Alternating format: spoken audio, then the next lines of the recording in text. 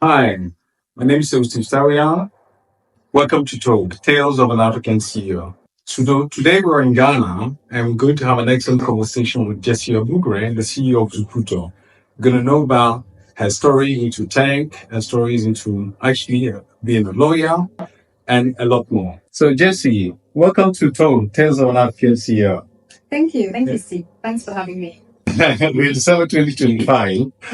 And really, the idea is to kind of understand who you are, where you're from, what you're building, basically past, present, and future. So, who is Jessie? Uh, Jessie is, I guess because we are on talk, Jessie is the CEO of a tech startup. Jessie is also a lawyer. Jessie is a Ghanaian. Jessie is an entrepreneur. To my past, I worked as a law. I still am a lawyer, but I worked in active practice as a lawyer for a while. I worked in commercial litigation. And then after a few years, I moved to a tech law practice and worked with tech clients. And then after a few years, I left and started Zuputo. So, why did you leave the normal tech law practice to tech practice? Well, it was all law practice, legal practice, but in my right after law school, I went into commercial litigation.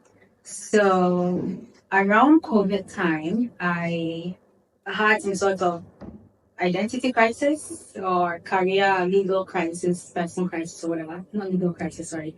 Identity, personal crisis. And I just wanted to do something different. I was doing mostly litigation and I absolutely hated going to court. So wanted to do something different and I had opportunity to work with a law firm that was doing mostly tech practice. I joined them. Worked with them for I want to say 2 years. Oh, 2 years. No, 2 years, about 2 years, I don't even remember. And we worked with tech clients, made sure that they got licenses, made sure that they were compliant, made sure they were able to scale in Ghana, just a complete, you know, full service firm, but specifically for tech companies. So technology transactions, IP, compliance, all of the things for tech specific companies. So, why did you leave? Because it sounds very exciting for most people doing tech law, etc., helping companies. I think it was fintech mostly, a lot of fintech and insurtech. Yeah. Why? Now, maybe also you can mention, if you can, if it's possible, should transactions worked on? If it's possible. Yeah. Yeah, so we worked with mostly fintech at the time I was there, but we weren't a fintech fan, but mostly with fintech because fintech, I think in the landscape of Africa, we are at a time where we want, because of financial inclusion and all of the things, like we are seeing a boom in the fintech ecosystem. And because it's heavily regulated, they have to be compliant when it comes to lawyers. And that's why at the time I was there, a majority of my clients were fintechs. I actually did enjoy it. I enjoyed working there. I enjoyed the work I was doing, but I noticed that there was a gap because companies like fintechs that had raised enough money were the only ones that were able to afford our services and our products.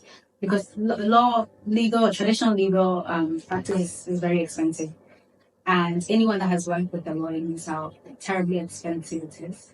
So we would have, these tech companies that come in and then they only raise a few $1,000s or a few $100,000. They don't really have a big budget for legal, but they need legal work. And unfortunately, the law firm can't really do much because the law firm also has overhead costs to think about, pay lawyers, pay rents, pay all of the things. So then we kept losing them and we'll go look for templates online or it just wasn't an ideal situation. No, So, I hear you. yeah. From what I remember, maybe just to interrupt you for a minute, you said, it's very, very related.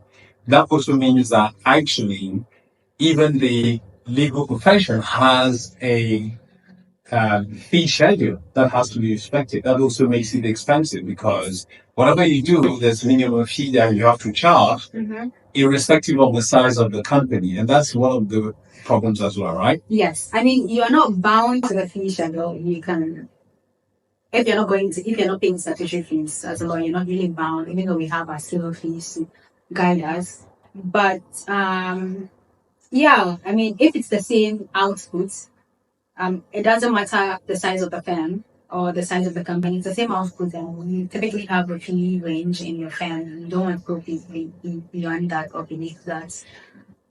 So yeah, we identified. So I saw that there was a huge section of the population that was being left out, and another element was also that most of these companies and tech companies that were able to afford us were not indigenous Ghanaian companies. Like, they were not raising money. There was always companies that had, like YC companies or companies that had raised millions of dollars and expanding into Ghana, and shareholding is the majority. Either everything is non-Ghanaian or a majority foreign owned. So they're also coming in and then sort of like jumping on that small tech companies that are indigenous owned. So I decided that, we need a service. I was partly inspired by this company, Rocket Lawyer and Clerky in the US. And it's a service we don't have in Africa, where you get quick, affordable legal solutions tailored for businesses. And that's how Zuputo started. So tell us a bit more about what does Zuputo mean, number one. Mm-hmm. Number two, how difficult it is to start a company in Ghana / Africa. How much time do you have? Not much, but you have 3 hours. But yeah, tell me those 2 things and then we can continue.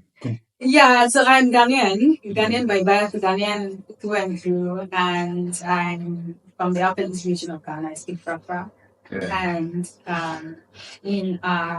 when it took us a while to actually figure out the name, we wanted something that reflects, I guess, our Ghanaian or even African roots. So came up with a word Zuputo, which means brains or knowledge in the Frafra language, which I'm a part of. So basically, I think the idea behind that is that we take away the brain work, and we are also the knowledge base, and we founders can rely on us for the legal support and focus on building their product and changing lives and changing the world. Yeah. So that means that you, as Zuputo, what key services do you offer? So at Zuputo, we offer legal and compliance solutions for businesses, SMEs, and startups in Ghana and across Africa. We provide tailored legal services for startups and SMEs. Africa is very, there are 34 countries in Africa, so the laws are fragmented. And what we want to do at Zuputo is eventually have a one-stop shop where we address all of the legal needs in Africa, address all 54 countries. So you're able to come onto our platform and then access all laws of various countries. So yeah, you're talking about the products and services that you offer on a pan-African basis. That's right. So maybe just to also understand, that was my second question. How hard was it to start a company in Ghana? You got only 5 minutes. Let's 5 minutes. I'll try to do it in 1 minute. Or 2 minutes. Leave it to me. I'll ask you first. It's notoriously difficult to start a business in Africa. It's in Ghana specifically. Actually, it will take you about, on average, according to the World Bank report, it takes you on average, I think, 31 days to start a business in Ghana. Are you from crazy? Start to finish. So it takes like 2 days in Rwanda. Yeah. So this includes incorporating the business, getting all of the permits. So from start to when you're actually ready to run the business. You mean certificate of registration, all these things? All of the registrations, the teams, licenses, permits, all of that. It takes on average, I think about 31 days, according to the World Bank's report of doing business in 2020. It's wild. But that should also be your experience. Yeah. Yes. Is it not empowered by your own Yeah. practice today? Yes, absolutely. And So, can I ask you from me? So, please, Ghanaian government, you are here, you're listening to us. We'll send you this video. Do something about it. Yeah, Zuputo is here to help, especially with the registration process. So we can definitely simplify it for you. So, that has been our experience on the ground as well. It's notoriously difficult, very bureaucratic, needlessly so. You know, you're able to sit in Ghana and incorporate a business in Delaware in about 20 minutes. It's impossible to do that in Ghana. You have to, even the forms are difficult for ordinary people who have never registered a business to understand. Um, it can take us several minutes to hours to explain to clients what these forms mean, because you have to know what they mean, what you're submitting and signing them, what a TIN is and why they require your mother's maiden name, and all of these. I guess I would say Outdated. complicated Yes. and outdated things to start a business that happens nowhere else, and it's quite sad to see. There's still the countries where it's as complicated, but let's not run on. So look, we know it's difficult. Maybe how do you as a Pluto facilitate that process, make it easier for people to do that? Yeah, so on our side, we're able to simplify our processes. We have taken all of the forms from RGD and simplified it. We are tech enabled, of course, so we make sure that our clients completely understand and are able to fill the forms, and where they need help, we'll get our help, of course. And then we file the forms. I mean, we can't really do anything about the regulator side. We, our hands are tied just as much as the clients. But on our side, we make sure that we simplify it, it explains to the clients what it means. Another issue I found when we're building our business is that the information that is required of clients, it's usually redundant. So you fill the same information about 5 different times. So we simplified it in a way that you don't have to go through all that processes. It'll take you less time to work with us than to go directly to the regulator. And beyond that, we also have, contracts specifically made for the Ghanaian ecosystem and the Ghanaian regulations, as well as other countries in Africa. So we just don't help you register business. We help you obtain permits, get contracts, tech-enabled contracts, and review your contracts. And we have specialized legal services as well, on niche legal services. So we're able to connect you to lawyers that provide niche services. You can get that at affordable rates. So let me ask you a question. 2 questions that will be a bit controversial. What do you think about the potential of AI machine learning, LLMs, specifically to disrupt your industry? We are big fans of AI and machine learning at Zuputo. We are incorporating that and we'll continue to incorporate that in our tech because we are tech enabled. We are notoriously behind in Africa, so it'll take a while to actually catch up because our laws are not online. So there are certain laws you're looking for in Ghana that you'd have to physically go to Parliament to buy, or go to the press, I forget the name, to actually buy them. And these laws are not readily available online. CIs and EIs. So we haven't got enough data online for, I guess, machine learning to disrupt. I know there are a few legal techs doing that, collecting all of this and putting them online for easy research for lawyers and law students. So that's great. But what we have learned in the 1 year that we've been around is that when people are looking for legal services, they actually want a personalized touch as well. So we started by wanting to build a wholly tech-enabled business where we just sit back and then the tech does all of the things. But in working with so many clients, and this is why you always have to build with your clients in mind, we realize that for legal services specifically, I can't speak for other things, but it's quite like I compared to medical services, but not to the same degree. People want the personalized touch. They want to be assured that, okay, this is what we want. Want to speak to a lawyer, things like that. So we are trying to add that, and that's something machine learning can really do. Yeah, no, that's true. That's true. So let me get into the second question, which is have you raised any funding? Bootstrap to date. We haven't. We are waiting on a few funds. Yeah, but we haven't. So how has been the reception of your product with maybe some investors that could be interested? I think that all investors we've spoken to have been very excited about our product. They see that it's necessary. They see that, they understand why the portfolio companies across various markets. They see that sometimes the regulator can't make or break your business. So they know how necessary it is. But I think that they also want to see some sort of traction in the form of cash, and we're fairly new. We're actually very new, and I don't even know if VC cash is the right decision for us at the moment, but we can have that conversation later on. Yeah. No, I fully understand. Fundraising on the company is always difficult, and until investors are not happening. But I think there's still a space where we can get support from different stakeholders to make it happen. Mhm. So I think one of the other things that would be interesting for us to understand that the tales of an African CEO is maybe examples of crazy things that happened, tales and legends that are just bizarre, if you can share. Mm-hmm. And then, just one or two success stories that really made you believe that this is going to work or, related. Bizarre. I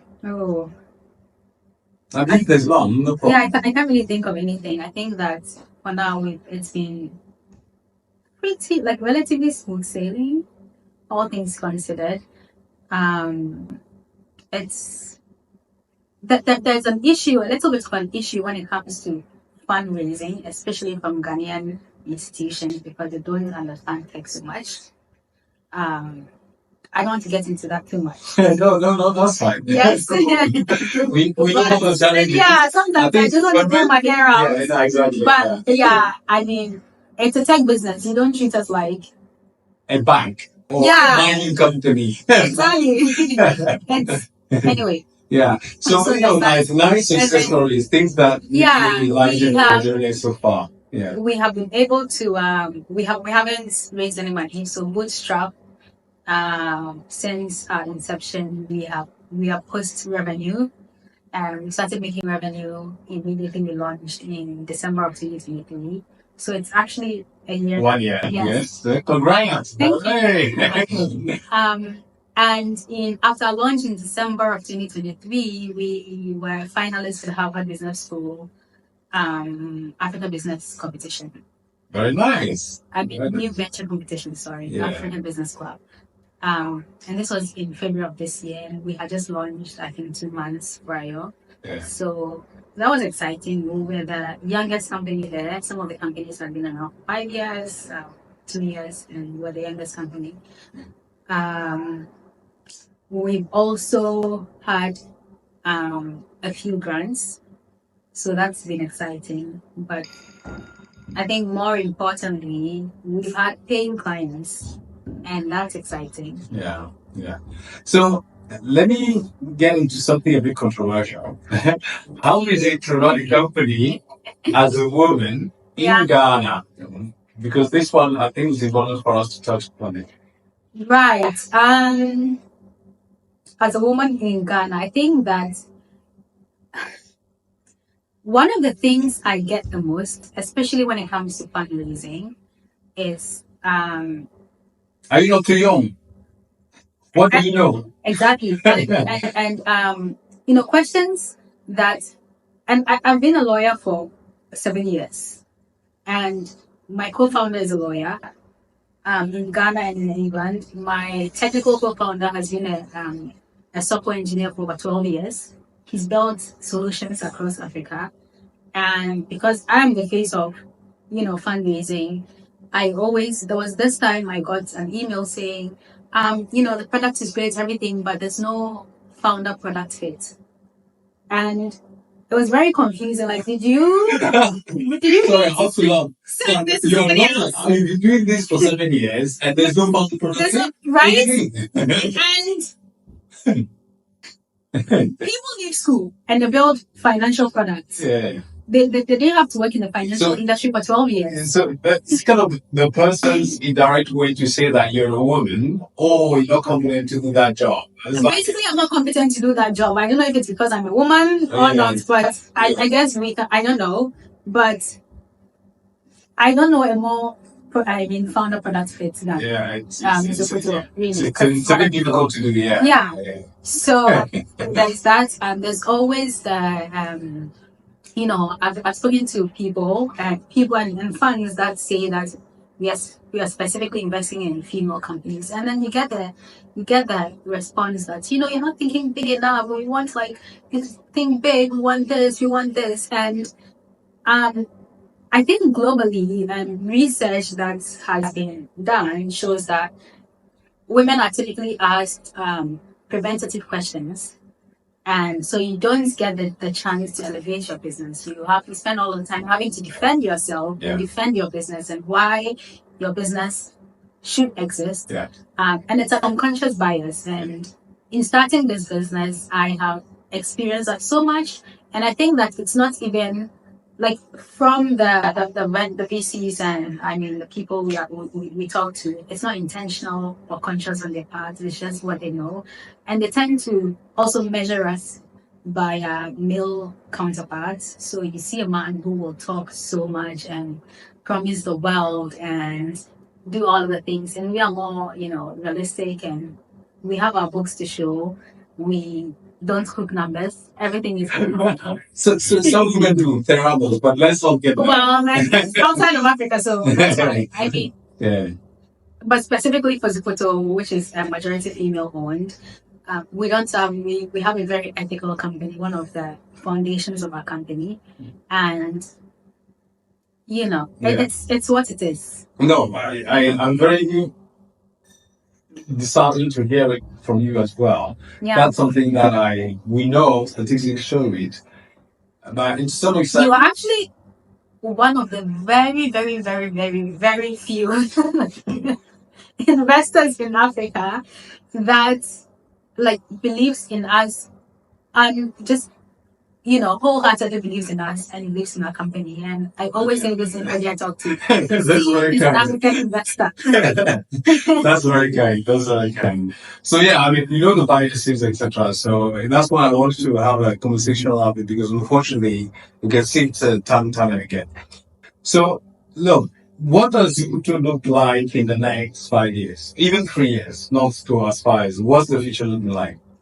So our plan is to we currently have lawyers we work with in Ghana, in Nigeria, in Kenya. We haven't had business, and in South Africa. We haven't had businesses in these places yet, but we have established roots in these countries with lawyers and just familiarizing ourselves with the regulatory environment there. We want to expand across Africa. Maybe not in the next 3 years. That's a bit ambitious. And probably why I'm not getting all of it. You should think like that. But the next 5 years, the next 5 years. The next 3 years, you're going to be in those countries. Yeah, the next 3 years, you have to push. We will. We are surrounded by French countries. Yes. We want to go into Africa as well. Yeah, want to go into Francophone Africa. That should actually be easy because of their system of laws. So it should be relatively easier to do. Harder laws, yes. Yeah, than for Anglophone countries in Africa. So that's the plan. We want to start with businesses and help them scale across Africa, and just make it easy for them. So when they stay with us, they start with us, they stay with us, and easily expand across Africa. We want to build scalable business, homegrown scalable businesses on the continent. I hear you. So, how much are you looking for to do that? $50 million. 50. Now. 50. Yeah, 50. Okay. But for now, from me, it will take $500,000. Let me tell you something. I used to coach a lot of women. I do still do women entrepreneur. I think you should ask for $1 million. You think we should? Yeah. Okay. Then I'll ask for $1 million. Any parting words for us at Talk? No, but thank you for having me, and thank you especially to you for always believing in us and for referring people our way. You've given us much business and helped us with our revenue. Thanks a lot. You're welcome. Well, that was it. We had a great interview with Jessie from Zuputo. Again, welcome to Talk, Tales of an African CEO. I hope this special episode will give you an insight as to the type of stories you want to tell on the Tales of an African CEO. See you next week.